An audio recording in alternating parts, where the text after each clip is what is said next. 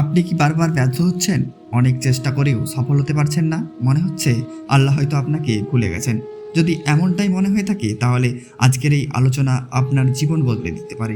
কারণ ইসলাম বলে প্রতিটি ব্যর্থতার পিছনেও আল্লাহর একটি গভীর হিকমা রয়েছে। আজ জানবো কেন আল্লাহ বারবার আমাদের পরীক্ষা করেন, কেন দোয়া করেও কেন ফল আসে না, আর কিভাবে একজন মুমিন ব্যর্থতা থেকে সফলতার পথে ফিরে আসে। শেষ পর্যন্ত অবশ্যই থাকুন। আলহামদুলিল্লাহ, সমস্ত প্রশংসা আল্লাহ তাআলার জন্যই। দরুদ ও সালাম বর্ষিত হোক আমাদের প্রিয় নবী মুহাম্মদুর রাসূলুল্লাহ সাল্লাল্লাহু আলাইহি সাল্লামের উপর। প্রিয় ভাই ও বোনেরা, জীবনে এমন মানুষ খুব কমই আছে যে কখনো ব্যর্থ হয়নি। কেউ পরীক্ষায় ফেল করে, কেউ চাকরি পায় না, কেউ ব্যবসায় ক্ষতিগ্রস্ত হয়, কেউ পরিবারে কষ্ট পায়, আবার কেউ স্বপ্ন পূরণ হওয়ার আগেই ভেঙে পড়ে।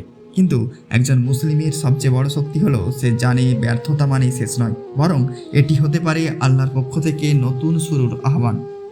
আল্লাহ তাআলা কুরআনে বলেন, মানুষ কি মনে করে তারা শুধু আমার ঈমান এনেছে বললেই ছেড়ে দেওয়া হবে আর তাদের পরীক্ষা করা হবে না? অর্থাৎ পরীক্ষা ছাড়া জান্নাতের পথ নয়। আপনি যদি আজ কষ্টে থাকেন তাহলে মনে রাখবেন এটি আল্লাহর শাস্তি নাও হতে পারে, বরং এটি হতে পারে আপনার ঈমানকে আরও শক্তিশালী করার একটি উপায়। যদি ব্যর্থতা মানে আল্লাহর অপছন্দ হতো তাহলে নবীদের জীবন কখনোই কষ্টে পড়তো না। হযরত নূহ আলাইহিস সালাম ৯৫০ বছর মানুষকে দাওয়াত দিয়েও অল্প কয়েকজনকে ঈমান আনতে দেখেছেন। হযরত ইউসুফ আলাইহিস সালাম নির্দোষ হয়েও কারাগারে ছিলেন। হযরত আইয়ুব আলাইহিস সালাম দীর্ঘদিন অসুস্থ ছিলেন। আর আমাদের প্রিয় নবী মুহাম্মদ রাসূলুল্লাহ সাল্লাল্লাহু আলাইহি সাল্লামকে তায়েফে পাথর মেরে রক্তাক্ত করা হয়েছিল। তাহলে আমরা কেন ভাববো আমরা জীবনে কষ্ট আসলেই আল্লাহ আমাকে ছেড়ে দিয়েছেন? ব্যর্থতা অনেক সময় গুনাহ থেকে ফিরিয়ে আনে। কখনো কখনো মানুষ সফল হলে অহংকারী হয়ে যায়। তখন আল্লাহ তাকে এমন একটি পরীক্ষায় ফেলেন যাতে সে আবার সিজদায় ফিরে আসে। হয়তো আপনি আজ যে ব্যর্থতায় কাঁদছেন সেটি আপনাকে জাহান্নামের পথ থেকে ফিরিয়ে আনছে। দোয়া কবুল হচ্ছে না কেন? অনেকেই বলেন, আমি এত দোয়া করি কিন্তু কিছুই হচ্ছে না। রাসূলুল্লাহ সাল্লাল্লাহু আলাইহি সাল্লাম বলছেন, একজন মুসলিমের দোয়া তিনভাবে কবুল হয়: সঙ্গে সঙ্গে পূরণ হয়, পরকালের জন্য জমা রাখা হয়, অথবা সমপরিমাণ বিপদ থেকে দূর করা হয়।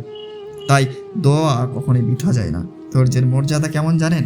কোরআনে আল্লাহ তাআলা বলছেন, নিশ্চয়ই আল্লাহ ধৈর্যশীলদের সঙ্গে আছেন। সবর মানে শুধু চুপচাপ কষ্ট সহ্য করা নয়। সবর মানে আল্লাহর উপর ভরসা রাখা, হারাম পথে না যাওয়া, চেষ্টা চালিয়ে যাওয়া, নামাজ ও দোয়া ছেড়ে না দেয়া। আপনি যদি আজকে ব্যর্থ হন, নিজেকে শেষ ভাববেন না, আল্লাহর উপর অভিযোগ করবেন না। নিজের ভুলগুলো দেখুন, নতুনভাবে শুরু করুন, আল্লাহর কাছে কাঁদুন। যে মানুষ আল্লাহকে হারায়নি সে কখনোই সত্যিকার অর্থে হারায় না। শয়তানের সবচেয়ে বড় অস্ত্র হলো হতাশা।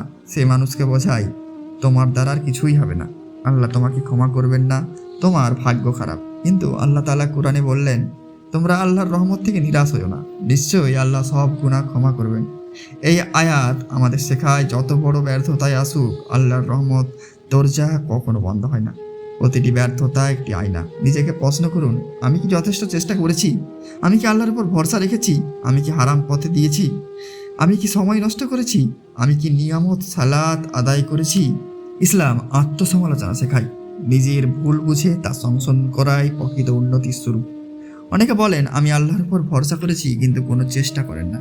রাসূলুল্লাহ সাল্লাল্লাহু আলাইহি সাল্লাম এক ব্যক্তিকে বলছিলেন, আগে তোমার উটটি বেঁধে রাখো, তারপর আল্লাহর উপর ভরসা করো। অর্থাৎ তাওয়াক্কুল মানে সর্বোচ্চ চেষ্টা করা, তারপর ফল আল্লাহর হাতে ছেড়ে দেওয়া। গুনাহ অনেক সময় বরকত কমিয়ে দেয়, তাই বেশি বেশি বলুন, আস্তাগফিরুল্লাহ ওয়া আতুবু ইলাইহি। ইস্তিগফার শুধু গুনাহ মাফ করায় না, বরং হৃদয়কে প্রশান্ত করে এবং আল্লাহর রহমত লাভের পথ খুলে দেয়। যখন সব দরজা বন্ধ হয়ে যায়, তখন একটি দরজা সবসময় খোলা থাকে, আল্লাহর দরজা। তাহাজ্জুদের সময় চোখের পানি ফেলে দোয়া করুন, মানুষ আপনাকে ফিরিয়ে দিতে যাবে না। কেউ আল্লাহর কখনো আন্তরিক বান্দাকে ফিরিয়ে দেন না। আজকের সামাজিক মাধ্যমে অন্যের সাফল্য দেখে আমরা অনেকেই নিজের ব্যর্থ মনে করি, কিন্তু মনে রাখবেন প্রত্যেক মানুষের পরীক্ষা আলাদা, প্রত্যেক মানুষের সময় আলাদা। আল্লাহ প্রত্যেককে ভিন্নভাবে পরিচালনা করে। আপনার রিজিক, আপনার সময় এবং আপনার সফলতা সবই আল্লাহ নির্ধারণ করেছেন।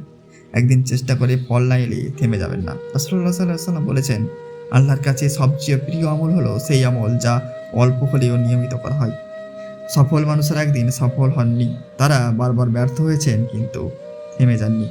আপনি যে চাকরি পাননি, হয়তো সেটি আপনার অন্য ভালো ছিল না। যে ব্যবসা করে সফল হয়নি, হয়তো আল্লাহ আরও ভালো রিজিকের ব্যবস্থা করেছেন। যে সম্পর্ক ভেঙে গেছে, হয়তো আল্লাহ আপনাকে আরও উত্তম কিছু দিতে চান। আল্লাহ সব কিছু জানেন, আমরা জানি না। পৃথিবীর সফলতা সাময়িক, প্রকৃত সফলতা হলো ঈমান নিয়ে মৃত্যু, আল্লাহর প্রতি সন্তুষ্ট, জান্নাতে প্রবেশ আল্লাহ বলেন, যাকে জাহান্নাম থেকে দূরে রাখা হবে এবং জান্নাতে প্রবেশ করানো হবে সেই প্রকৃত সফল। আর দুনিয়ায় একটি ব্যর্থতা আপনার পুরো জীবনকে ব্যর্থ করে দেয় না।